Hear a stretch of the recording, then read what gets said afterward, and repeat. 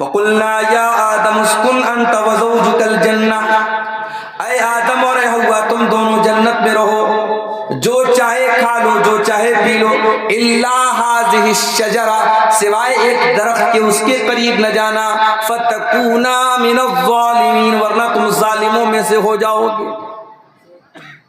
ایک درخت، ہزاروں چیزیں جنت میں کھانے کی ملی ہیں، ایک پیڑ ہے، ایک درخت ہے، اللہ نے کہا اس کے پاس مت جانا۔ آدم علیہ السلام اور حضرت حوا اس پیڑ کے پاس نہیں جا رہے تھے، شیطان آیا بھیس بدل کر کے، اور شیطان نے کہا کہ اے آدم اے حوا، یہ جو پیڑ ہے نا، اس پیڑ کو کھا لو گے، یہ امرت ہے، اس کو کھا لو گے ہمیشہ جنت میں رہو گے، فرشتے بن جاؤ گے تم۔ اس نے اللہ کی قسم بھی کھا کر کے یہ باتیں بتائی۔ قرآن کہتا فَدَلَّاهُمَا بِغُرُورٍ، شیطان نے قسم کھا کر کے، جھوٹے وعدے کر کے آدم کو اور حوا کو بہکا دیا۔ یہاں ایک بات اور بتا دوں، بعض لوگ یہ سمجھتے ہیں کہ شیطان نے حضرت حوا کو بہکایا اور حوا نے حضرت آدم کو بہکایا، یعنی غلطی اصل عورت کی تھی، آدم علیہ السلام نے تو اپنی بیوی کی بات مانی تھی۔ ایسا نہیں ہے، قرآن دونوں کو ذمہ دار قرار دے رہا ہے۔ فَأَزَلَّهُمَا الشَّيْطَانُ فَأَخْرَجَهُمَا مِمَّا كَانَا فِيهِ، شیطان نے آدم کو بھی بہکایا، شیطان نے حوا کو بھی بہکایا، دونوں کو پھسلا دیا۔ دونوں کو شیطان نے اس پیڑ کے قریب، جس کے قریب بھی جانے سے اللہ تعالیٰ نے منع کیا تھا، شیطان کے بہکانے پر دونوں نے اس پیڑ کے درخت کو، اس کے پھل کو کھا لیا۔ اب جب کھا لیا تو انجام کیا ہوا؟ دونوں کے بدن سے کپڑے اتر گئے، دونوں ننگے ہو گئے، آدم بھی ننگے، حوا بھی ننگے۔ قرآن کہتا ہے فَطَفِقَا يَقْصِفَانِ عَلَيْهِمَا مِن وَرَقِ الْجَنَّةِ، آدم اور حوا دونوں جنت کے پتوں کو توڑ توڑ کر کے اپنی شرمگاہ کو ڈھانپنے لگے، اپنی باڈی کو کور کرنے لگے، ننگا رہنا پسند نہیں کیا انہوں نے۔ آج دنیا میں ترقی کی علامت ہے، گوا میں چلے جاؤ، بڑے بڑے بیچز پہ چلے جاؤ، سمندر کے کنارے مادر ذات ننگے مرد و عورت پڑے ہوئے ہیں، اور اس کو دنیا ترقی کا نام دیتی ہے، اس کو دنیا فیشن کا نام دیتی ہے۔ یہ ننگے رہنے والے، یہ برہنہ رہنے والے، یہ بے حیا اور بے شرم لوگ، یہ انسان کہلانے کے بھی قابل نہیں ہیں۔ انسان کی فطرت یہ کہتی ہے، انسان کا نیچر یہ کہتا ہے، انسان کا سوبھاؤ یہ کہتا ہے کہ نہیں، تیری شرمگاہ کے اوپر کوئی نہ کوئی چیز پردے کے طور پر ہونی چاہیے۔ بھائی مرد بھی سب کے سامنے ننگا، عورت کو تو چھوڑ دیجئے، مرد بھی سب کے سامنے ننگا۔ اگر کوئی مرد سب کے سامنے ننگا رہتا ہے تو دو ہی باتیں ہو سکتی ہیں، یا تو وہ پاگل ہے یا انسان نہیں ہے۔ پاگل ہے، کریک مائنڈ کا ہے، دماغ خراب ہے، تبھی وہ ننگا رہے گا، ورنہ مرد بھی کم سے کم انڈر ویئر میں تو دوسروں کے سامنے کم سے کم انڈر ویئر میں رہے گا۔ آدم اور حوا دونوں نے اپنے جنت کے پتے سے اپنی شرمگاہوں کو ڈھانپنا شروع کر دیا۔ اب اللہ تعالیٰ نے سمجھایا حضرت آدم اور حوا کو، أَلَمْ أَنْهَكُمَا عَنْ تِلْكُمَا الشَّجَرَةِ، اے آدم اے حوا، میں نے تم کو منع کیا تھا اس پیڑ کے قریب نہ جانا، کیوں تم نے شیطان کی بات مانی؟ کیوں تم اس کے بہکاوے میں آ گئے؟ کیوں تم ظالموں میں سے ہو گئے؟ غلطی آدم سے بھی ہوئی، غلطی حوا سے بھی ہوئی۔ قرآن کہتا ہے فَتَلَقَّى آدَمُ مِن رَبِّهِ کَلِمَاتٍ، اب آدم علیہ السلام کے دل میں خیال آیا، ہاں مجھ سے غلطی ہو گئی، اب میں اللہ سے معافی مانگنا چاہتا ہوں۔ کیسے مانگوں؟ اے اللہ تو کتنا کریم ہے، تو کتنا رحیم ہے کہ تو نے آدم سے غلطی کے باوجود تو نے آدم کو توبہ کرنے کا طریقہ بھی سکھایا۔ اللہ نے آدم کے دل میں وہ کلمات ڈالے، وہ دعا ڈالی، جو دعا اللہ تعالیٰ نے قرآن میں بیان کی، ربنا ظلمنا انفسنا وان لم تغفر لنا وترحمنا لنكونن من الخاسرین۔ اے پروردگار، ہم نے اپنی جانوں پر بڑا ظلم کیا ہے، اے پروردگار ہم نے اپنی جانوں پر بڑا ظلم کیا ہے، بڑا اتیاچار کیا، اور اگر تو نے نہیں معاف کیا، اگر تو نے رحم نہ کیا، لَنَكُونَنَّ مِنَ الْخَاسِرِينَ، تو ہم خسارہ نقصان اٹھانے والوں میں سے ہو جائیں گے۔ یہ دعا کی آدم اور حوا نے، اور جب یہ دعا کی اللہ نے دونوں کی دعا کو قبول کیا، دونوں کی توبہ کو قبول کیا، لیکن اللہ نے کہا کہ اب تم جنت میں نہیں، اب تم زمین پہ جاؤ گے، اب زمین پہ جاؤ گے، دنیا میں رہو گے۔ اب یہ آدم اور حوا دنیا میں کہاں آئے، اس کے بارے میں کوئی اوتھینٹک روایت تو نہیں ملتی، لیکن تاریخ کی کتابوں میں یہ لکھا ہے کہ حضرت آدم علیہ السلام جو تھے وہ انڈیا یا شری لنکا کے کسی علاقے میں اترے تھے، اور حضرت حوا جو تھیں وہ جدہ میں اتری تھی، اس لیے جدہ، عربی میں جدہ بولتے دادی کو، تو چونکہ وہاں پہ حضرت حوا اتری تھیں اس لیے اس جگہ کا نام جدہ، سعودی عرب کے اندر جو بہت بڑا شہر ہے، مشہور علاقہ ہے جدہ، وہاں پہ یہ تاریخ کی ایک روایت ہے، ہم یہ نہیں کہہ سکتے کہ یہ اوتھینٹک ہے، معتبر ہے، بس تاریخ کی کتابوں میں یہ لکھا ہے، اس کے معتبر ہونے کی کوئی گارنٹی نہیں ہے۔ دونوں کو اللہ تعالیٰ نے زمین پہ اتارا۔ ہم آدم اور حوا کی اولاد، اللہ نے ہمیں اور آپ کو آدم اور حوا کی اولاد بنایا ہے، انسان بنایا ہے۔ ہماری فطرت میں غلطی کرنا ہے، ہم سے غلطیاں ہوں گی، ہم سے خطائیں ہوں گی۔ خطا کا ہو جانا اتنی بڑی بات نہیں ہے، بڑی بات یہ ہے کہ ہم خطا کے بعد، غلطی کے بعد ہم توبہ کریں، ہم اللہ سے معافی مانگیں۔ اللہ کے پیارے نبی فرماتے ہیں کل بنی آدم خطاء وخیر الخطائین التوابون، تمام کے تمام آدم کی اولاد خطا کرنے والے ہیں، اور تمام خطا کاروں میں سب سے بہترین خطا کار وہ ہے جو توبہ کر لیں، اللہ سے معافی مانگ لیں، اللہ کی طرف رجوع کر لیں۔ دنیا میں کیا ہوتا ہے، ایک انسان ایک بار غلطی کرتا ہے ہم معاف کر دیتے ہیں، دو بار غلطی کرتا ہے ہم معاف کر دیتے ہیں، تین بار غلطی کرتا ہے ہم جب بار بار غلطی کرے تو ہمارا بھی برداشت کا جو مادہ ہوتا ہے وہ پورا ہو جاتا ہے۔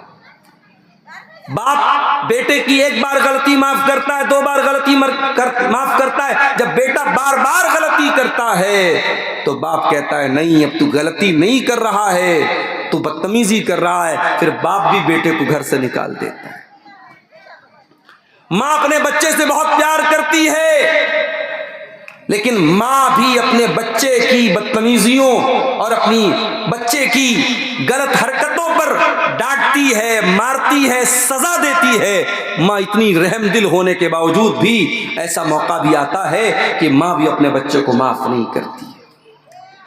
میرے پیارے ساتھیوں، جس طریقے سے ایک ماں کو اپنے بچے سے بہت پیار ہے، ایک باپ کو اپنے بچے سے بہت پیار ہے، اس سے کئی کروڑ گنا زیادہ، اس سے کئی کروڑ گنا زیادہ اللہ تبارک و تعالیٰ اپنے بندوں سے پیار کرتا، اپنے بندوں سے محبت کرتا ہے۔ وہ اللہ بندوں کی خطاؤں کے باوجود، بندوں کے گناہوں کے باوجود اللہ تعالیٰ اپنے تمام بندوں کو دعوت دیتا ہے، اے میرے بندو آ جاؤ، حل من مستغفر فاغفر لہ۔ ہر رات آسمان دنیا پر اللہ تعالیٰ نازل ہوتا ہے اور آواز دیتا ہے کوئی گناہوں کی معافی مانگنے والا، ہے کوئی اپنے گناہوں پر رونے والا، ہے کوئی اپنے گناہوں پر گر گرانے والا؟ میں اپنے بندے کی توبہ کو قبول کرنے کو تیار ہوں، میں اپنے بندے کو معاف کرنے کو تیار ہوں۔ چلیے آپ کی جنرل نالج میں ایک اضافہ کر دیتا ہوں۔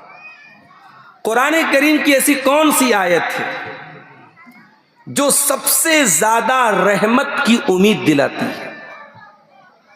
علماء کو شاید پتا ہوگا، آپ لوگوں سے، عوام سے میرا سوال ہے کہ قرآن کی ایسی کون سی آیت ہے جس میں اللہ تعالیٰ اپنی رحمت کی سب سے زیادہ امید دلاتا ہے؟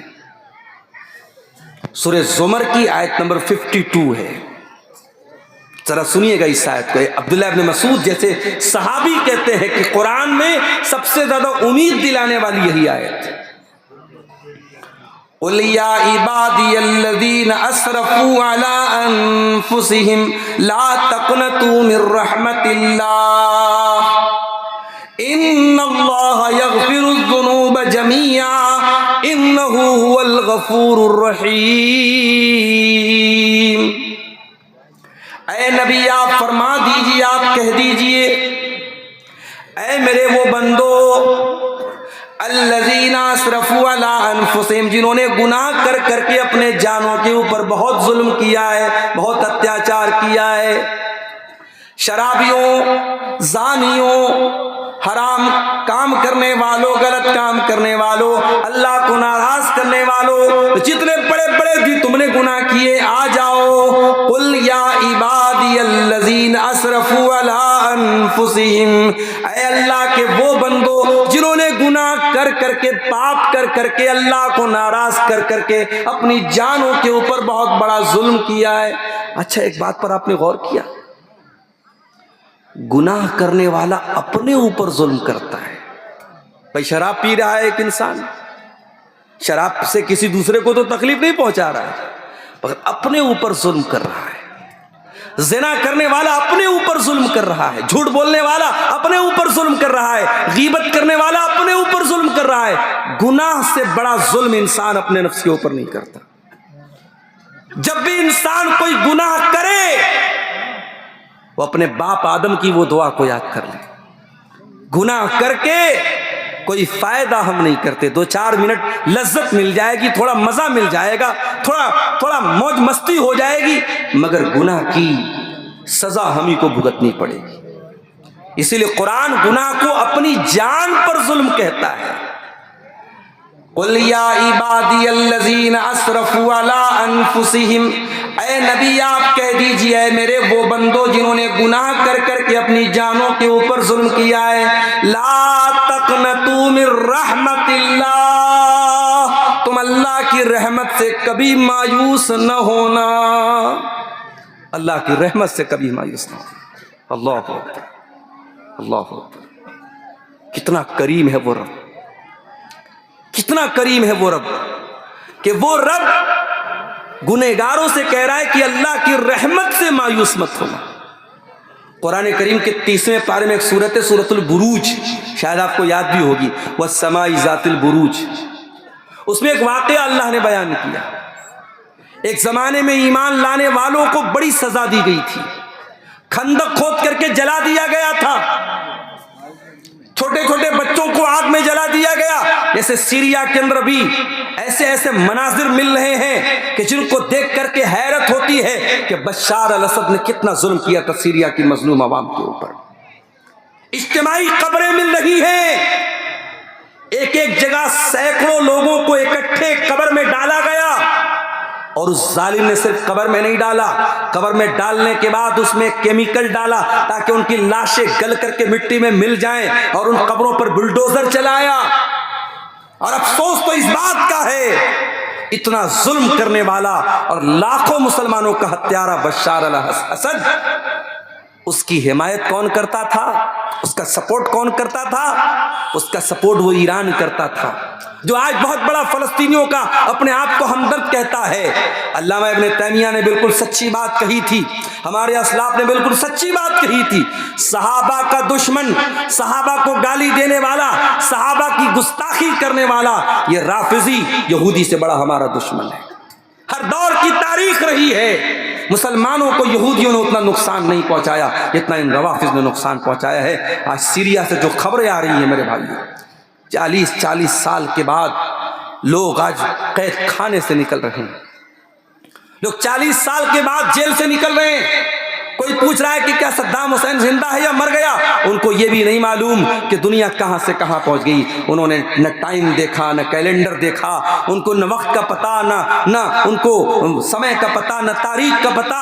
40 سال کے بعد لوگوں نے سورج کو دیکھا ہے، دھوپ دیکھی ہے۔ میرے پیارے ساتھیوں، اسی دھرتی پر ہم نے وہ ظلم و ستم بھی دیکھا ہے، ہر دور میں ایسے ظالم رہے ہیں، لیکن یاد رکھو جتنا ظالم چاہے جتنا بھی ظلم کر لے، ظالم کا انجام ایک دن برا ہونے والا ہے، ظالم ایک دن برے گھاٹ کو پہنچنے والا ہے، ہر ظالم اپنے انجام کو پہنچنے والا ہے۔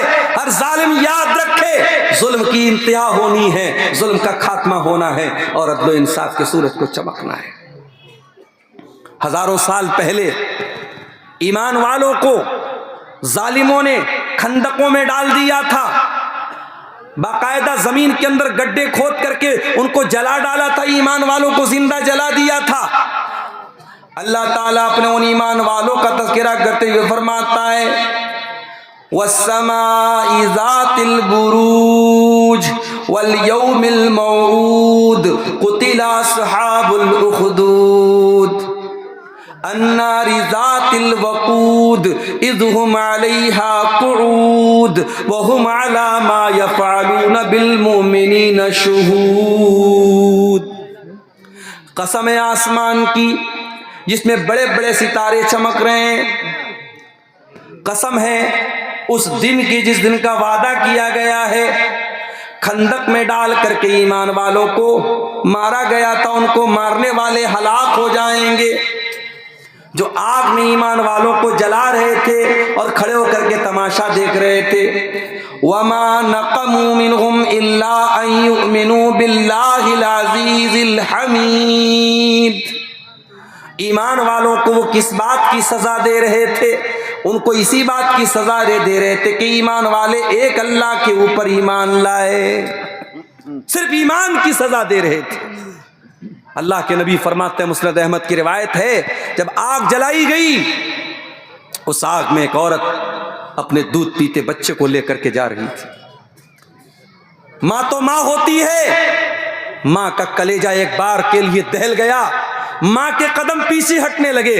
اللہ تبارک و تعالیٰ نے اس عورت کے دودھ پیتے بچے کو زبان دی اور اس بچے نے اپنی ماں سے کہا یا امی اقتحمی، اے میری ماں اس آگ میں چلی جا، اس آگ میں کود جا، اللہ کے عذاب کے مقابلے میں یہ آگ کچھ نہیں ہے، اے میری ماں تو اس آگ میں چلی جا۔ غور کیجئے، اتنے بڑے ظالم تھے وہ لوگ، ایمان والوں کو زندہ جلا دیا۔ اب اللہ تعالیٰ جب ان کا ذکر کرتا ہے تو کیا کہتا ہے؟ ان الذين فتنوا المؤمنين والمؤمنات ثم لم يتوبوا فلهم عذاب جهنم ولهم عذاب الحريق۔ جنہوں نے ایمان والے مردوں کو جلایا، ایمان والی عورتوں کو جلایا، ثم لم یتوبوا، اور انہوں نے توبہ نہیں کی، ان کو جہنم کا عذاب ملے گا، ان کو جلایا جائے گا جہنم کی آگ میں۔ یعنی اللہ تعالیٰ یہ بتانا چاہتا ہے میرے ایمان والے بندوں کو جلانے کے بعد، ان کے اوپر اتنا بڑا ظلم و ستم کرنے کے بعد بھی اگر وہ توبہ کر لیتے، اگر وہ اللہ سے معافی مانگ لیتے، اگر وہ اللہ کے سامنے گڑ گڑا لیتے، اگر وہ اللہ کے سامنے رو لیتے تو اللہ ان کو معاف کر دیتا۔ اللہ کے ولیوں کے قاتل، ایمان والوں کے قاتل، ایمان والوں کو زندہ جلا دینے والے ظالم، اللہ ان کے بارے میں کہہ رہا ہے اگر وہ توبہ کر لیتے تو ہم معاف کر دیتے۔ میرے پیارے ساتھیوں، ہم اور آپ کہاں کھڑے ہیں؟ اے گنہگارو، اے اللہ کو ناراض کرنے والوں، اے گناہوں کی دلدل میں مبتلا اللہ کے بندوں، آؤ قرآن کی آیت تمہیں دعوت دے رہی ہے، قُلْ يَا عِبَادِيَ الَّذِينَ أَسْرَفُوا عَلَىٰ أَنفُسِهِمْ لَا تَقْنَطُوا مِن رَحْمَةِ اللَّهِ۔ اے میرے وہ بندو جنہوں نے گناہ کر کے اپنی جانوں کے اوپر ظلم کیا ہے، لا تقنطوا من رحمت اللہ، تم اللہ کی رحمت سے کبھی مایوس نہ ہونا۔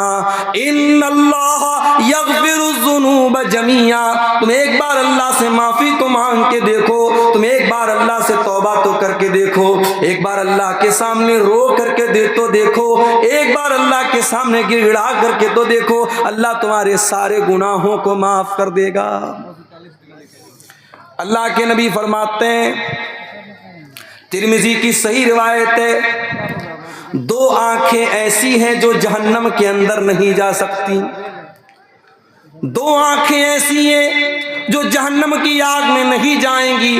عین باتت تحرس فی سبیل اللہ، ایک وہ آنکھ ہے جو اللہ کی راہ میں چوکیداری کر رہی ہے، اللہ کی راہ میں پہرے داری کر رہی ہے، دشمن کی فوج آنے والی ہے اور بارڈر پر کھڑی ہو کر کے وہ پہرے داری کر رہی ہے، اس آنکھ کی اللہ تعالیٰ حفاظت کرے گا، اس آنکھ کو جہنم کی آگ میں نہیں ڈالا جائے گا۔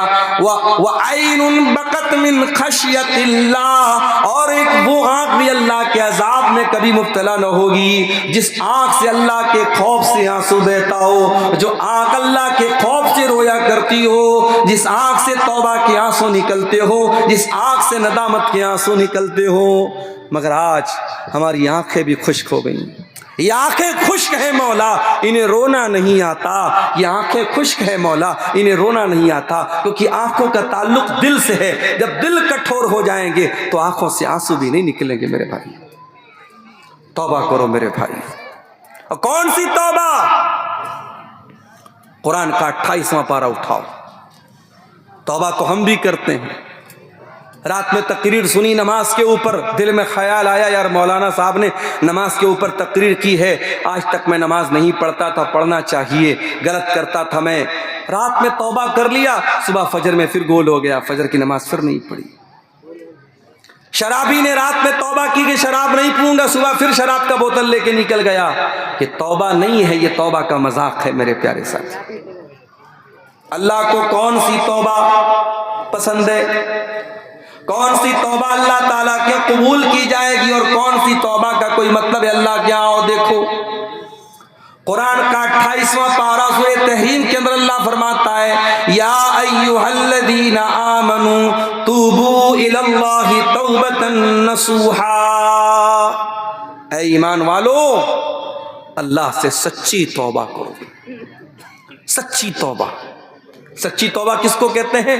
نوٹ کر لو، سچی توبہ کے اندر 3 چیزیں ہونی ضروری ہیں۔ سچی توبہ کرنا ہے تو 3 چیزیں ضروری ہیں۔ نمبر 1 الاقلاع عن المعصیہ، جس گناہ سے توبہ کر رہے ہو اس گناہ کو فوراً چھوڑنا پڑے گا۔ شرابی شراب سے توبہ کرنا چاہتا ہے، شراب کو چھوڑنا پڑے گا۔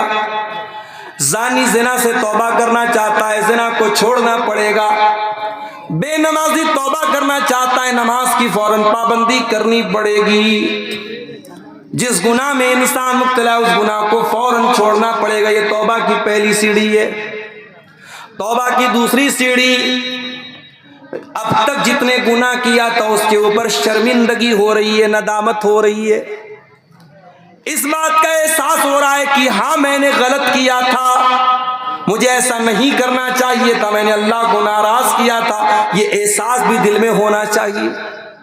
اور توبہ کی تیسری شرط یہ ہے آئندہ وہ گناہ نہ کرنے کا پکا ارادہ کیا جائے۔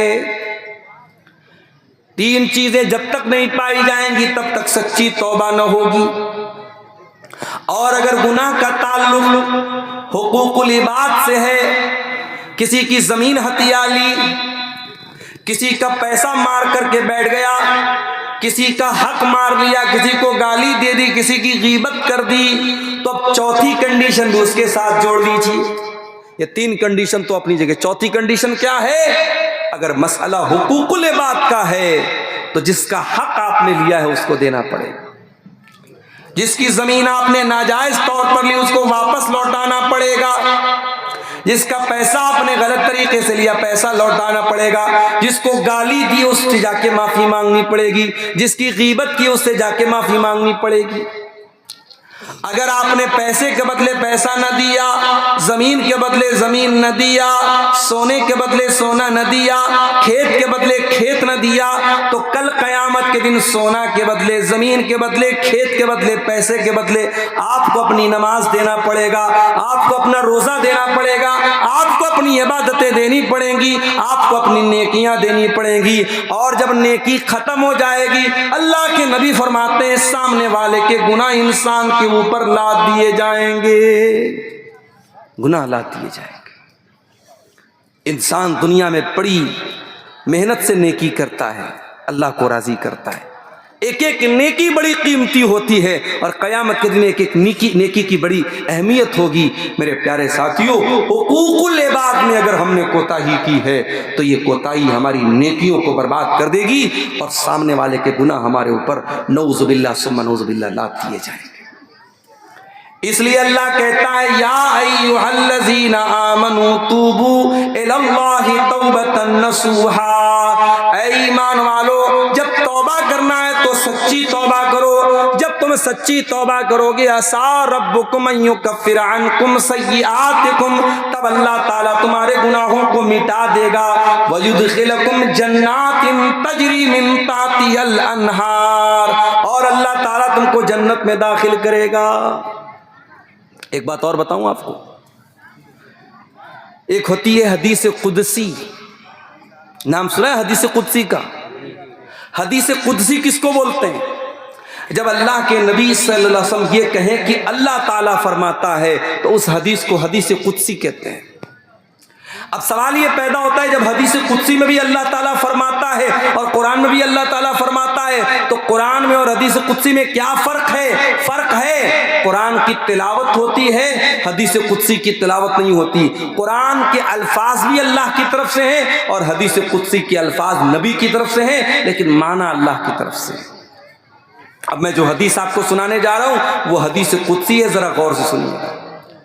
ترمذی کی صحیح روایت ہے، اللہ کے پیارے نبی فرماتے، اللہ تعالیٰ فرماتا ہے، اے آدم کی اولاد، اے آدم کے بیٹے، جب تک تو مجھ سے امید لگائے رہے گا، جب تک تو مجھ سے معافی مانگتا رہے گا، میں تجھے معاف کرتا رہوں گا، ولا ابالی، میں کسی کی کوئی پرواہ نہیں کروں گا۔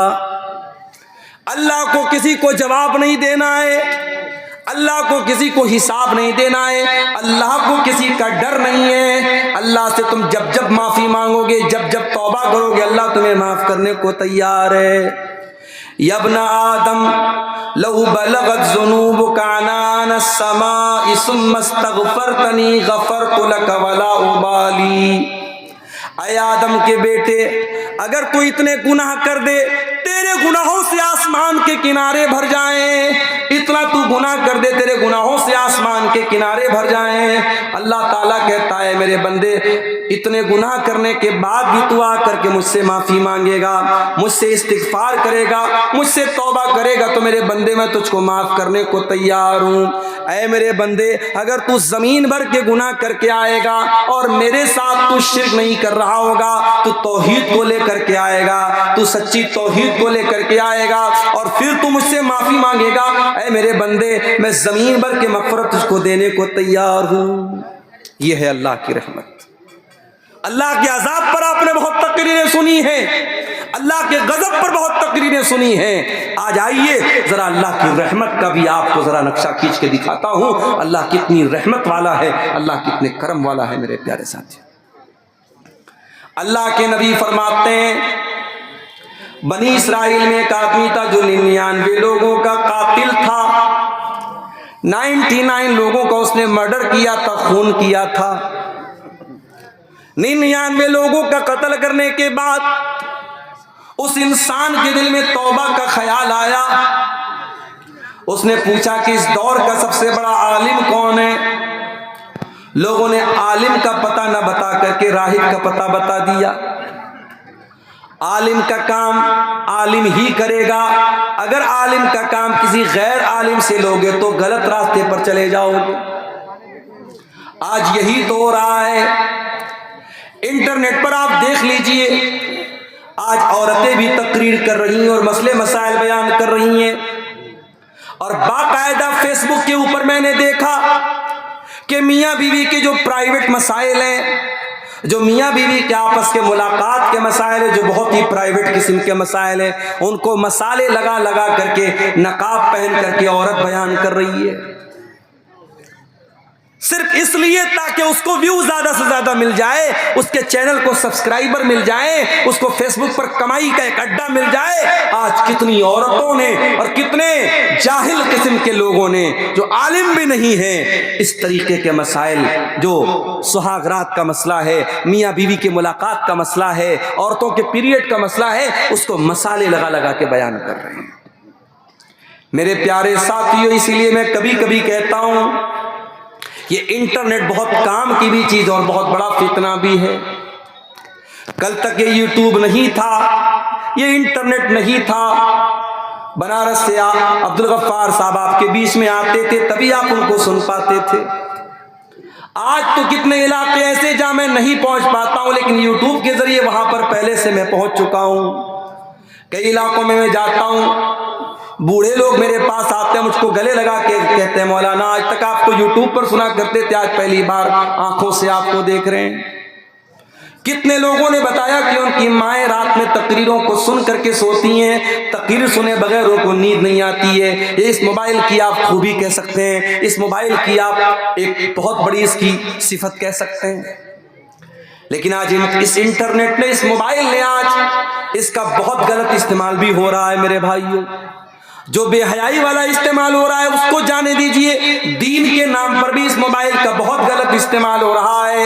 آج کتنے چینل ایسے ہیں جس پر فضول قسم کے، واہیات قسم کے اسلامک ویڈیوز بنائے جا رہے ہیں، مرچ مسالہ لگا کر کے، کہیں کی اینٹ اور کہیں کا روڑا جوڑ کر کے، تھمنے لگا کر کے ویڈیو بنائے جا رہے ہیں۔ اس تقریر کے اندر جو بات بیان نہیں ہوئی ہے اس بات کو تھمنیل کے اندر پیش کیا جا رہا ہے، صرف اس لیے تاکہ چینل کو زیادہ سے زیادہ دیکھنے والے مل جائیں، تاکہ ویڈیو کو زیادہ سے زیادہ دیکھنے والے مل جائیں۔ عالم کا کام عالم سے لینا ہے، غیر عالم سے لوگے تباہی اور ہلاکت آئے گی۔ میں کہتا ہوں بہت بڑے بڑے لوگ ہیں، میں نام نہیں لوں گا، اس دور کے بہت بڑے بڑے اسکالر ہیں، مگر ان کا میدان کیا ہے؟ اگر ایک اسکالر کا میدان اسلام کی تبلیغ کرنا ہے، اگر اس کا میدان یہ ہے کمپیریٹیو ریلیجن پر وہ کام کر رہا ہے، وہ ہندوازم سے اور عیسائیوں سے اسلام کا مقارنہ کر رہا ہے اور انجیل سے اللہ کے نبی کی پیشن گوئی کو نکال کے بتا رہا ہے، ویدوں سے اور گیتا سے اسلام کی حقانیت کو ثابت کر رہا ہے، بہت اچھی بات ہے، بہت اچھی بات ہے۔ ایسے اسکالر سے ہم فائدہ اٹھائیں گے، مگر اس کو مفتی بنانے کا کام نہیں کریں گے۔ اس کا جو میدان ہے اس میدان میں اس سے کام لیں گے، مگر نماز کا طریقہ ہم اس سے نہیں پوچھیں گے، ہم حیض و نفاس کا مسئلہ اس سے نہیں پوچھیں گے، ہم نکاح اور طلاق کا مسئلہ اس سے نہیں پوچھیں گے۔ اس کے لیے ہمارے پاس علماء موجود ہیں، اس کے لیے ہمارے پاس مفتی موجود ہیں۔ اور آج یہی ہو رہا ہے میرے بھائی، ہر آدمی عالم بنا ہے، ہر آدمی مفتی بنا ہے۔ یوٹیوب پر آپ چلے جائیے، کوئی بھی مسئلہ آپ ٹائپ کیجئے، علماء کے جواب آپ کو کم ملیں گے اور جاہلوں کے جواب آپ کو زیادہ ملیں گے۔ بڑے بڑے علماء سوال کا جواب دینے سے پہلے کانپتے ہیں، ٹائم مانگتے ہیں، موقع مانگتے ہیں کہ نہیں صاحب میں مطالعہ کر لوں گا، اسٹڈی کر لوں گا، اس کے بعد جواب دوں گا۔ اور جاہل کی ہمت کیا ہے؟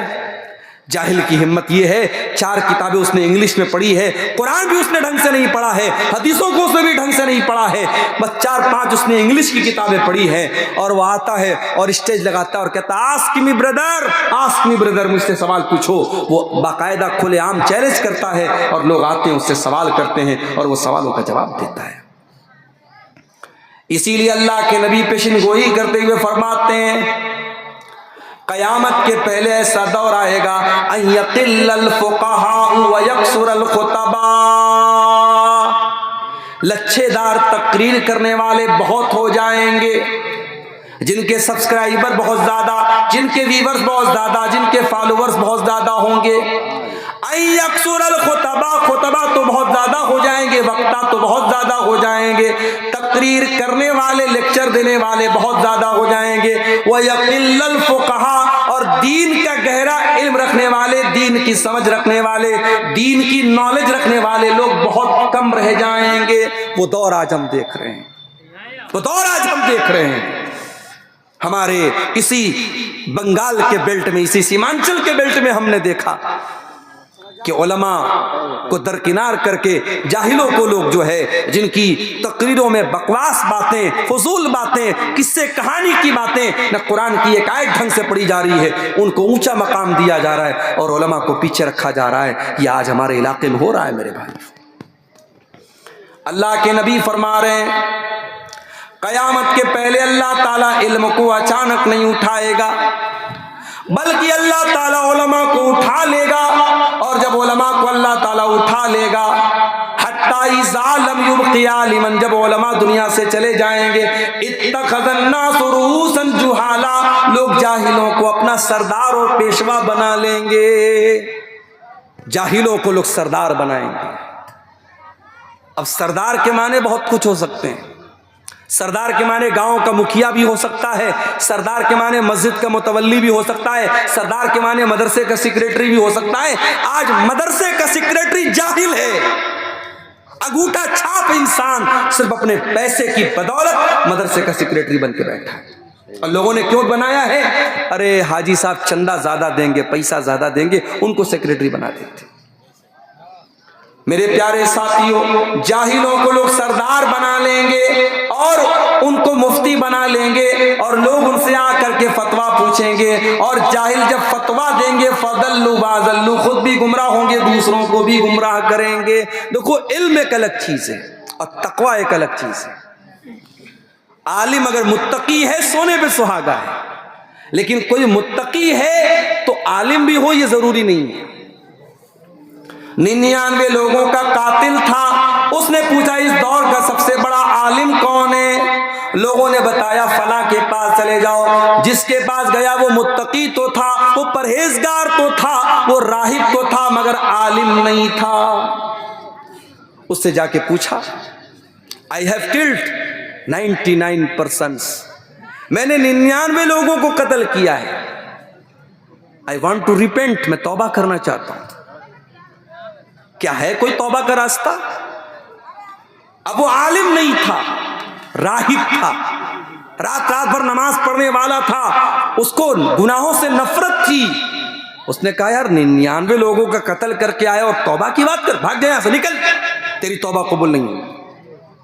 اب وہ تو تھا خوخار آدمی، 99 لوگوں کو تو آلریڈی قتل کر چکا تھا۔ اسے غصہ آیا تو تلوار نکالی، اس کو بھی ختم کر دیا۔ 100 لوگوں کا قاتل بن گیا وہ۔ اب تک 99 کا قاتل تھا، 100 کا قاتل ہو گیا، وہ سینچری اس نے پوری کر لی، 100 لوگوں کا قاتل ہو گیا۔ پھر اس کے دل میں توبہ کا خیال آیا، پھر اس نے کسی سے پوچھا کہ اس دور کا سب سے بڑا عالم کون ہے؟ لوگوں نے بتایا کہ ہاں فلاں کے پاس چلے جاؤ، وہ وقت اس دور کا سب سے بڑا عالم ہے۔ اب وہ جس کے پاس پہنچا وہ عالم تھا۔ اب جب عالم کے پاس پہنچا تو عالم نے صحیح جواب دیا۔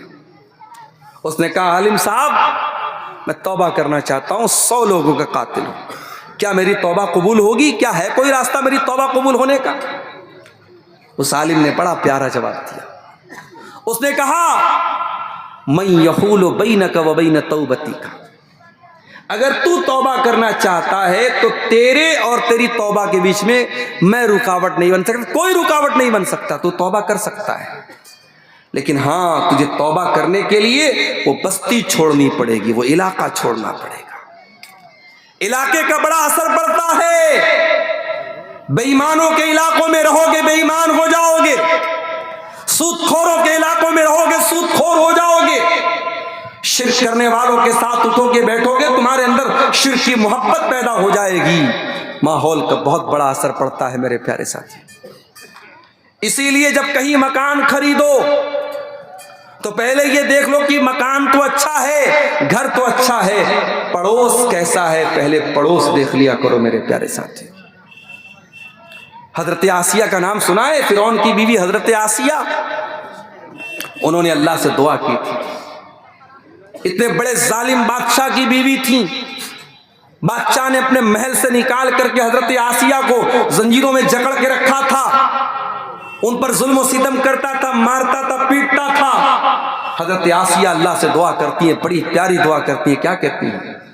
رب ابن لی عندک بیتا فی الجنہ ونجنی من فرعون وعملہ ونجنی من القوم الظالمین۔ اے اللہ تو مجھے جنت میں اپنے پاس ایک گھر عطا فرما، اپنے پاس ایک گھر عطا فرما۔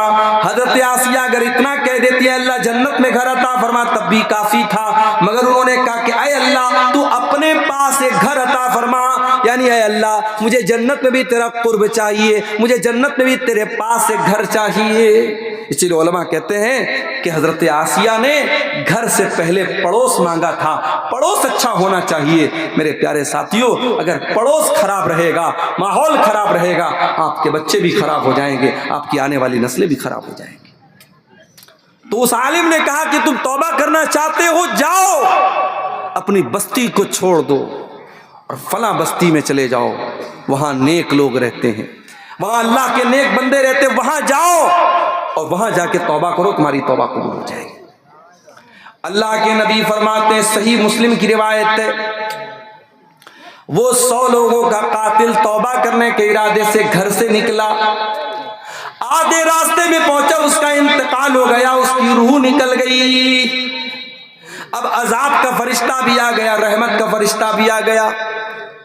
رحمت کا فرشتہ کہنے لگا یہ توبہ کرنے کے مقصد سے نکلا تھا، اس کو میں لے کر کے جاؤں گا۔ عذاب کا فرشتہ کہنے لگا یہ 100 لوگوں کا قاتل تھا، اس کو میں لے کر کے جاؤں گا۔ عذاب والا کہہ رہا ہے میں لے کے جاؤں گا، رحمت والا کہہ رہا ہے میں لے کے جاؤں گا۔ اللہ کے نبی فرماتے اللہ تعالیٰ نے تیسرے فرشتے کو بھیجا، اور تیسرا فرشتہ انسان کی شکل میں آیا، اور اس نے آ کر کے فیصلہ دیا کہ ایک کام کرو، راستے کو ناپ لو۔ تم لوگ فرشتے ہو، تمہارے لیے کوئی مشکل کام نہیں ہے، راستے کو ناپ لو۔ اگر یہ نیک لوگوں کی بستی سے قریب ہے تو رحمت کا فرشتہ لے کے جائے گا، اگر برے لوگوں کی بستی سے قریب ہے تو عذاب کا فرشتہ لے کے جائے گا۔ چنانچہ دونوں فرشتوں نے راستے کو ناپا۔ جب راستے کو ناپا گیا تو وہ 100 لوگوں کا قاتل چونکہ سچی توبہ کے ارادے سے نکلا تھا، وہ نیک لوگوں کی بستی سے زیادہ قریب نکلا۔ ایک بتا، ایک بالشت وہ زیادہ قریب نکلا نیک لوگوں کی بستی سے۔ چنانچہ رحمت کا فرشتہ اس کو لے کر کے گیا، 100 لوگوں کا قاتل اللہ کی رحمت کا حقدار بن گیا۔ میرے پیارے ساتھیوں، اللہ کی رحمت سے کبھی مایوس نہ ہونا، سچی توبہ کرو، اللہ ضرور آپ کی توبہ کو قبول کرے گا۔ ارے اگر تم سچی توبہ کر لو گے، قرآن کہتا ہے سچی توبہ کرنے کا انعام کیا ملے گا۔ قرآن کا 19واں پارہ اٹھاؤ، اللہ تعالیٰ فرماتا ہے والذین لا یشہدون الزور والذین لا يدعون مع اللہ الہا آخر ولا يقتلون النفس التي حرم اللہ الا بالحق ولا يزنون۔ اللہ نے 3 بڑے بڑے گناہوں کا نام لیا۔ میرے نیک بندے اللہ کے ساتھ شرک نہیں کرتے، میرے نیک بندے کسی بے گناہ کو قتل نہیں کرتے، میرے نیک بندے زنا نہیں کرتے۔ یہ 3 بڑے بڑے جرم ہیں۔ اسلام کی نظر میں 3 مہا پاپ کیا ہے؟ شرک کرنا، قتل کرنا اور زنا کرنا، یہ 3 مہا پاپ ہیں۔ اسی لیے اللہ کے نبی سے پوچھا گیا ای الذنب اعظم عند اللہ، اے اللہ کے نبی سب سے بڑا گناہ اللہ تعالیٰ کے نزدیک کیا ہے؟ آپ نے فرمایا ان تجعل للہ ندا وهو خلقک، سب سے بڑا گناہ یہ ہے کہ تم اللہ کے برابر کسی کو ٹھہرا دو، اللہ کا درجہ کسی اور کو دے دو، اللہ کے سوا کسی اور کو مشکل کشا مان لو، اللہ کے سوا کسی اور کو بگڑی بنانے والا مان لو، اللہ کے سوا کسی اور کو اولاد دینے والا بنا لو، اللہ کے سوا کسی اور کو بیماری سے شفا دینے والا بنا لو، اللہ کے برابر کسی کو ٹھہرا دو۔ یہ سب سے بڑا گناہ ہے، شرک سب سے بڑا گناہ ہے۔ پوچھا گیا ہے اللہ کے نبی اس کے بعد سب سے بڑا گناہ کیا ہے؟ آپ نے فرمایا ان تقتل ولدک خشیۃ ان یطعم معک، شرک کے بعد سب سے بڑا گناہ یہ کہ تم اپنی اولاد کو قتل کر دو اس ڈر سے کہ وہ تمہارے ساتھ کھائے گی۔ اولاد کو قتل کر دو، یہ سب سے بڑا گناہ ہے۔ 1400 سال پہلے لڑکی پیدا ہوتی تھی، لوگ لڑکی پیدا ہونے کے بعد، بیٹی پیدا ہونے کے بعد اس کو مار ڈالتے تھے۔ آج ہماری سرکار کا نعرہ ہے بیٹی بچاؤ بیٹی پڑھاؤ۔ یہ الگ بات ہے، نہ بیٹی کو پڑھایا جا رہا ہے نہ بیٹی کو بچایا جا رہا ہے۔ بیٹی اگر پڑھنا چاہے تو پڑھنا بھی مشکل ہے، اور بیٹیوں کی زندگی کو اتنا مشکل بنا دیا گیا کہ آج 4 سال کی بچی کو بھی ماں باپ اکیلے گھر پہ چھوڑ کے جانے کو تیار نہیں ہے۔ 4 سال کی معصوم بچیوں کے ساتھ بھی آج ریپ کیا جا رہا ہے۔ سرکار تو نعرہ لگا رہی ہے بیٹی بچاؤ بیٹی پڑھاؤ، لیکن ریپ کرنے والے ظالموں کو آج کوئی سزا دینے والا نہیں ہے۔ کتنے ریپ کرنے والے دولت کے بل پہ اور پاور کے بل پہ آج آزاد گھومتے رہتے ہیں۔ میرے پیارے ساتھیوں، 1400 سال پہلے جناب محمد رسول اللہ نے یہ نعرہ لگایا تھا، او لوگو بیٹیوں کو مارنا، بیٹیوں کو قتل کرنا بہت بڑا پاپ ہے، بہت بڑا گناہ ہے۔ اللہ کے نبی نے قرآن کی یہ آیت پڑھ کے سنائی تھی وَإِذَا الْمَوْءُودَةُ سُئِلَتْ، اے بیٹیوں کو زندہ زمین میں گاڑنے والوں، اے بیٹیوں کو قتل کرنے والوں، اے بیٹیوں کی ہتیا کرنے والوں، یہ بیٹیاں کل قیامت کے دن سے پوچھا جائے گا کہ تمہارے ماں باپ نے کیوں تمہیں مارا تھا، کس جرم میں تم کو مارا تھا۔ آج تو ماشاءاللہ انسان ترقی پر پہنچ گیا، چاند پر پہنچ گیا انسان، مگر آج بھی بیٹیوں کو مارنے کا سلسلہ جاری ہے۔ کہیں جہیز کے نام پر بیٹی کو مارا جا رہا ہے، کہیں اپنی گرل فرینڈ کو، اپنی محبوبہ کو قتل کر کر کے 60 50 ٹکڑے کر کے اس کو فریز میں رکھ کر کے مارا جا رہا ہے، اس کی لاش کو بیسن کے اندر بہایا جا رہا ہے، آج بھی بیٹی کو مارا جا رہا ہے، اور کہیں پر تو بیٹی کو ماں کے پیٹ میں بھی قتل کیا جا رہا ہے، جس کو گربھپات کہا جاتا ہے، جس کو ایبارشن کہا جاتا ہے، جس کو اسقاط حمل کہا جاتا ہے، ماں کے پیٹ میں بچی کو مارا جا رہا ہے، اور یہ آج کے دور کا ترقی یافتہ انسان کر رہا ہے۔ 1400 سال پہلے کے لوگ یہ کام کرتے تھے تو جاہل تھے، آج تو پڑھا لکھا انسان ہے۔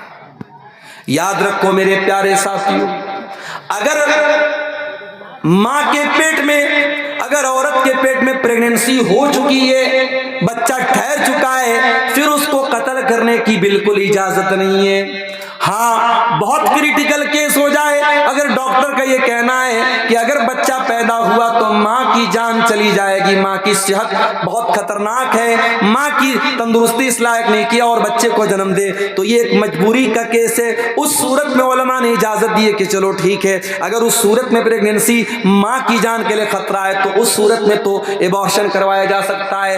مگر فیملی پلاننگ کے نام پہ کہ ہمیں 2 ہی بچے چاہیے تھے اور تیسرا بچہ اگر ٹھہر گیا اور پریگننسی ہو گئی تو صرف اس لیے کہ ارے یار 2 کو تو بڑی مشکل سے کھلا رہا ہوں، تیسری کو کیسے کھلاؤں گا، اگر اس ڈر سے اور اس سوچ سے اگر ماں کے پیٹ میں بچی کو مارا ہے یا بچے کو مارا ہے تو یاد رکھیے یہ قتل اولاد ہے، اور اللہ کے نبی نے اس کو دوسرا بڑا گناہ قرار دیا۔ آپ نے فرمایا کہ دوسرا بڑا گناہ یہ ہے کہ تم اپنی اولاد کو قتل کرو اس ڈر سے کہ وہ تمہارے ساتھ کھائے گی۔ پھر پوچھا گیا اللہ کے نبی تیسرا بڑا گناہ کیا ہے؟ آپ نے فرمایا ان تزانیہ حلیلۃ جارک، اپنے پڑوسی کی بیوی کے ساتھ تم زنا کرو۔ کیا اور عورتوں کے ساتھ زنا کرنا جائز ہے؟ نہیں جائز ہے، لیکن پڑوسی کا نام کیوں لیا اللہ کے نبی نے؟ اس لیے کہ پڑوسی کو پڑوسی کے اوپر بڑا وشواس ہوتا ہے، پڑوسی کو پڑوسی کے اوپر بڑا بھروسہ ہوتا ہے، اور اگر کوئی پڑوسی کی بیوی کے ساتھ غلط کام کرتا ہے تو وہ ڈبل گناہ کا کام کرتا ہے۔ وہ ایک تو کریلا ہے، اوپر سے نیم چڑھا ہے، وہ غلط پر غلط کام کرتا ہے، وہ زنا بھی کر رہا ہے، تو پڑوسی کی بیوی کے ساتھ زنا کر رہا ہے۔ یہ 3 بڑے بڑے گناہ ہیں۔ یہ 3 بڑے بڑے گناہ ذکر کرنے کے بعد اللہ کیا کہتا ہے ذرا اس کو سنیے گا۔ الا من تاب وآمن وعمل عملا صالحا فاولئک یبدل اللہ سیئاتہم حسنات۔ شرک کرنے کے بعد، قتل کرنے کے بعد اور زنا کرنے کے بعد بھی اگر اللہ کہتا ہے کوئی توبہ کر لے اور ایمان لے آئے اور نیک عمل کرے، یہ 3 چیزیں ہیں، توبہ کرے، ایمان لے آئے، ایمان لے آئے یعنی صحیح راستے پر آ جائے، اور نیک عمل کرنے لگے۔ اب تک لوگوں کو قتل کرتا تھا، اب لوگوں کی جان بچانے والا بن گیا۔ اب تک زنا کرتا تھا، اب عزتوں کی حفاظت کرنے والا بن گیا۔ اب تک شرک کرتا تھا، اب ایک اللہ کے آگے سر جھکاتا ہے اور شرک کا دشمن بن گیا۔ اگر توبہ کر لیتا ہے اور ایمان لے آتا ہے اور نیک عمل کرنے والا بن جاتا ہے، اللہ فرماتا ہے فَأُولَئِكَ يُبَدِّلُ اللَّهُ سَيِّئَاتِهِمْ حَسَنَاتٍ، ایسے لوگوں کے گناہوں کو ہم نیکیوں میں بدل دیں گے۔ اب تک اس نے جتنے گناہ کیے ہیں ہم ان کے گناہوں کو نیکیوں میں بدل دیں گے۔ وَكَانَ اللَّهُ غَفُورًا رَحِيمًا، اور اللہ تعالیٰ تو بخشنے والا، رحم کرنے والا ہے، اللہ کے لیے کوئی مشکل بات نہیں۔ کیا مطلب یہ ہوا کہ سچی توبہ اگر کوئی کر لے تو اب تک اس کے اکاؤنٹ میں جتنے گناہ تھے اللہ اس کے سارے گناہوں کو نیکیوں میں ٹرانسفر کر دے گا۔ اس نے جتنے گناہ کیے تھے اب وہ گناہ اللہ تعالیٰ کے نیکی مانے جائیں گے اگر اس نے سچی توبہ کی ہے اور توبہ کرنے کے بعد اپنی توبہ کے اوپر قائم ہے۔ یہ توبہ کا انعام ہے میرے پیارے ساتھیوں، میرے پیارے بھائیو۔ اللہ تو لٹا رہا ہے، اللہ تو رحمتوں کو لٹا رہا ہے، ہم لوٹنے کو تیار نہیں ہیں۔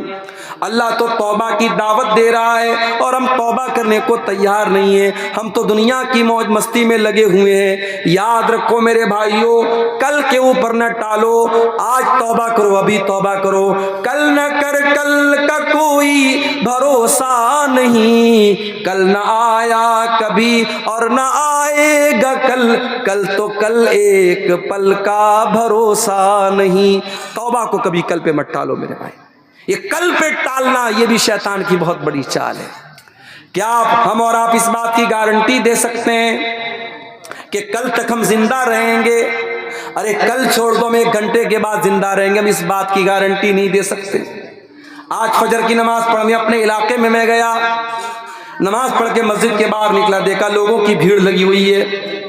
میں نے پوچھا کیا بات ہے؟ ہمارے پڑوس کے ایک صاحب، ان کا انتقال ہو گیا تھا، بیمار کئی مہینے سے چل رہے تھے، رات کو 4 بجے ان کا انتقال ہو گیا۔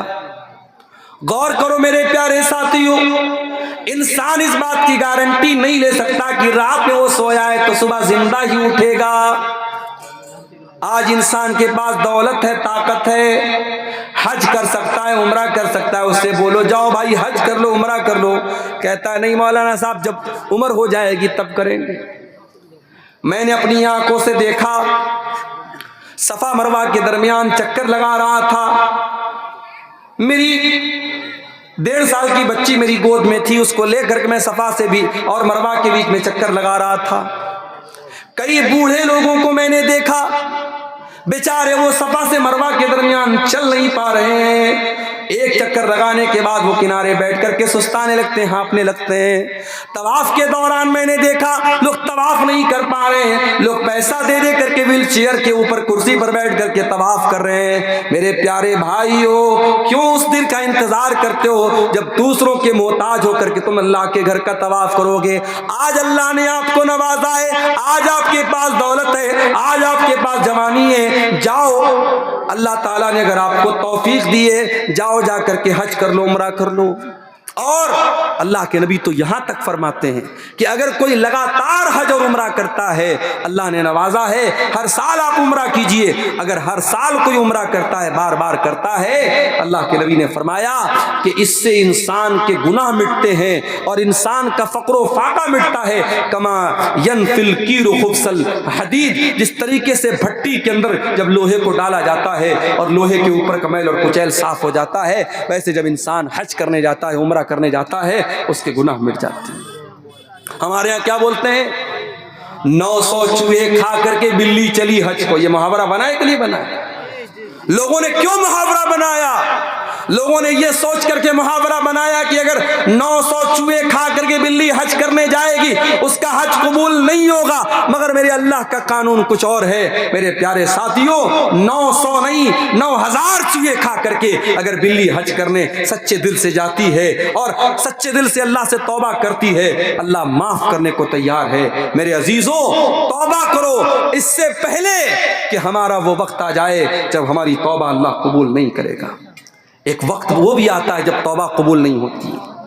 اللہ کے نبی فرماتے ہیں ان اللہ یقبل توبۃ العبد ما لم یغرغر، اللہ تعالیٰ بندے کی توبہ تب تک قبول کرتا ہے جب تک غرغرہ نہ آ جائے۔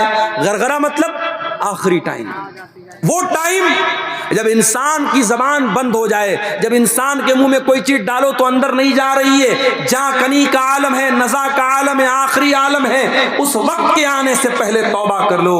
اور قیامت کا دن جب سورج پچھم سے نکلے گا، اس دن کے آنے کے پہلے توبہ کر لو۔ اس کے بعد میرے پیارے ساتھیوں، ہمیں اور آپ کو توبہ کی توفیق چھین لی جائے گی اور پھر ہماری توبہ قبول نہیں ہوگی۔ تو توبہ کرنے میں دیر مت کرو میرے پیارے ساتھیوں۔ اب سوال یہ پیدا ہوتا ہے، لوگ یہ بھی سوال کرتے ہیں مولانا صاحب ہم توبہ کرنا چاہتے ہیں، ہم کیا کریں؟ طریقہ کیا ہے توبہ کرنے کا؟ آئیے میں آپ کو طریقہ بتاتا ہوں۔ توبہ کرنا چاہتے ہو، سب سے پہلا کام تو یہ کرو، اللہ سے رجوع کرو، اللہ کی بارگاہ میں گر گڑاؤ۔ اور اگر گناہ کرنے کے باوجود آپ کو پیسہ مل رہا ہے، دولت مل رہی ہے، عیش و آرام سے زندگی گزر بسر ہو رہی ہے، تو اس دھوکے میں مت پڑے رہو کہ مجھے کوئی پرابلم نہیں، کوئی مسئلہ نہیں۔ اللہ تعالیٰ اگر گناہوں کے باوجود آپ کو نواز رہا ہے تو اللہ اپنی رسی کو ڈھیلی کیے ہوئے ہے۔ جس دن اللہ کی رسی ٹائٹ ہوگی اس دن آپ کو احساس ہوگا۔ اللہ قرآن میں کہتا ہے فلولا اذ جاءہم باسنا تضرعوا ولکن قست قلوبہم وزین لہم الشیطان ما کانوا یعملون۔ تمہارے دل اتنے کٹھور ہو چکے ہیں، بڑی بڑی مصیبتیں آ رہی ہیں، مگر تم اللہ کی بارگاہ میں رجوع نہیں کرتے۔ اتنے بڑے بڑے آج ہندوستان کے اندر اتنے بڑے بڑے پریشانیوں کے عالم ہمارے اوپر آئے، مصیبتوں کے پہاڑ ہمارے اوپر ٹوٹے۔ ابھی آپ دیکھیے اتر پردیش کے ایک علاقے میں کتنی دہشت کا ماحول بنا دیا گیا، 5 مسلمان وہاں مار دیے گئے، اس کے بعد بھی وہاں ظلم و ستم کا سلسلہ بھی رکنے کا نام نہیں لے رہا ہے۔ ابھی آج کی نیوز میں نے دیکھی کہ وہاں مسلمانوں میں دہشت کا ایک ماحول پیدا کیا گیا اور باقاعدہ اتیکرمن کے نام پہ ان کے گھروں پر بلڈوزر چلائے گئے اور پورے علاقے میں ایک دہشت کا ماحول پیدا کر دیا گیا۔ یعنی حالات یہ ہو گئے کہ آپ کے اوپر ظلم و ستم بھی ہو اور آپ اس ظلم و ستم کے خلاف آواز بھی نہیں اٹھا سکتے۔ اگر اٹھائیں گے تو ہر اٹھنے والی آواز کو دفن کر دیا جائے گا۔ میرے پیارے ساتھیوں، ایسے ماحول میں بھی اگر مسلمان اللہ کی طرف رجوع نہیں کرتا ہے اور اللہ سے توبہ نہیں کرتا ہے اور ایسے ماحول میں بھی مسلمانوں کی عیاشیاں بند نہیں ہوتی ہیں، مسلمانوں کے غلط کام بند نہیں ہوتے ہیں، تو ہم اس پر کیا کہہ سکتے ہیں؟ قرآن کہہ رہا ہے فلولا اذ جاءہم باسنا تضرعوا، میرے بندو اگر ہمارا عذاب اور ہماری طرف سے آنے والی یہ مصیبتیں بھی اگر تم کو اللہ کی بارگاہ سے نہیں جوڑتی ہیں، تم تضرع نہیں کرتے ہو، تم گڑگڑاتے نہیں ہو، اس کا مطلب یہ ہوا ولیکن قست قلوبہم، تمہارے دل بہت سخت ہو چکے ہیں، وزین لہم الشیطان ما کانوا یعملون، اور شیطان نے تمہارے عمل کو مزین کر دیا۔ توبہ کرنا چاہتے ہو تو ایک کام اور کرنا پڑے گا، نیک لوگوں کے ساتھ رہا کرو میرے پیارے ساتھی۔ سنگت کا اثر انسان کے اوپر پڑتا ہے، آپ کس کے ساتھ اٹھتے بیٹھتے ہیں یہ بہت میٹر کرتا ہے۔ سگریٹ پینے والوں کے ساتھ آپ اٹھیں گے بیٹھیں گے، سگریٹ نہیں پیئیں گے تب بھی سگریٹ پینے کی جو نفرت ہے وہ آپ کے دل میں کم ہو جائے گی۔ آپ شرابیوں کے ساتھ اٹھیں گے بیٹھیں گے، شراب نہیں پیئیں گے، مگر شرابی سے جو ایک شراب سے نفرت ہونی چاہیے وہ شراب سے نفرت آپ کے اندر نہیں رہے گی۔ صحبت کا بڑا اثر پڑتا ہے۔ شیخ سعدی رحمت اللہ علیہ فرماتے ہیں پیسرے نو ببدا نشست، نوح علیہ السلام کا بیٹا برے لوگوں کے ساتھ بیٹھتا تھا، خاندان نبوت گم شد، اپنے باپ کی نبوت کو سے اس نے رشتہ توڑ دیا۔ اتنے بڑے پیغمبر کا بیٹا تھا، نوح علیہ السلام کا بیٹا تھا، برے لوگوں کے ساتھ اٹھا بیٹھا کرتا تھا تو اپنے باپ کی نبوت سے اس کا ناتا ٹوٹ گیا۔ وَسَّگے اصحاب کہف روزے چند، اور اصحاب کہف کے جو کتا تھا وہ چند دن نیک لوگوں کے ساتھ تھا، صحبتیں نیک لوگوں کے ساتھ وہ کتا بیٹھتا تھا، مردم شد، تو اس کتے کو بھی اللہ تعالیٰ نے قرآن میں اصحاب کہف کے ساتھ اس کا ذکر کیا۔ صحبت کا اثر دیکھو کہ ایک کتا جو بڑا ہی غلیظ جانور ہے، کتا اگر برتن میں منہ لگا دے 7 بار برتن کو دھونے کا حکم ہے، لیکن اصحاب کہف کے ساتھ جب وہ کتا گیا تھا اور اس غار میں وہ کتا بھی سویا تھا تو اللہ تعالیٰ نے اس کتے کا ذکر قرآن کے اندر کیا ہے۔ یہ صحبت کا اثر ہوتا ہے میرے پیارے ساتھیوں۔ اگر آپ اللہ سے سچی توبہ کرنا چاہتے ہیں تو آپ کو اپنی صحبت پر دھیان دینا پڑے گا۔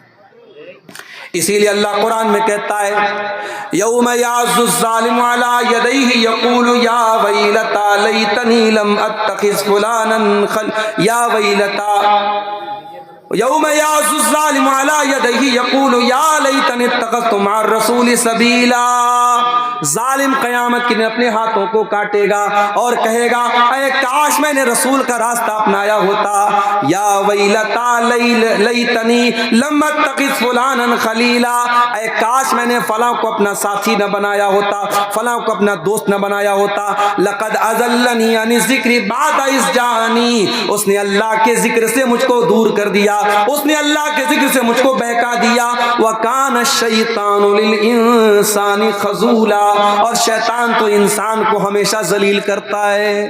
صحبت صحبت اچھی اپناؤ میرے پیارے ساتھیوں، اچھے ساتھیوں سے، اچھے دوستوں سے دوستی رکھو، اچھے لوگوں کے ساتھ اٹھا بیٹھا۔ اسی طریقے سے اگر آپ توبہ کرنا چاہتے ہیں، ایک کام اور کرنا پڑے گا، قرآن سے اپنا تعلق جوڑنا پڑے گا۔ کیوں؟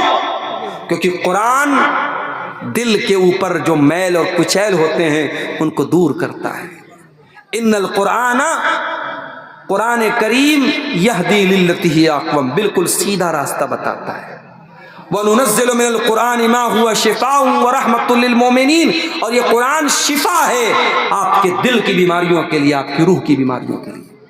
اس لیے میرے پیارے ساتھیوں، اگر آپ دل کی بیماریوں سے بچنا چاہتے ہیں، روح کی بیماریوں سے بچنا چاہتے ہیں، تو قرآن کریم سے اپنا گہرا تعلق ہمیں اور آپ کو جوڑنا پڑے گا۔ اسی طریقے سے اگر آپ توبہ کرنا چاہتے ہیں، پہلے نماز کی پابندی شروع کیجئے۔ جب تک پانچوں ٹائم کی نماز کی پابندی آپ نہیں کرتے، آپ کی توبہ کا کوئی مطلب اللہ تعالیٰ کیا نہیں ہے۔ اسی لیے اللہ قرآن میں کہتا ہے اقیم الصلاۃ، نماز قائم کرو، ان الصلاۃ تنہی عن الفحشاء والمنکر، بے شک یہ نماز بے حیائی سے روکتی ہے، برائی سے روکتی ہے۔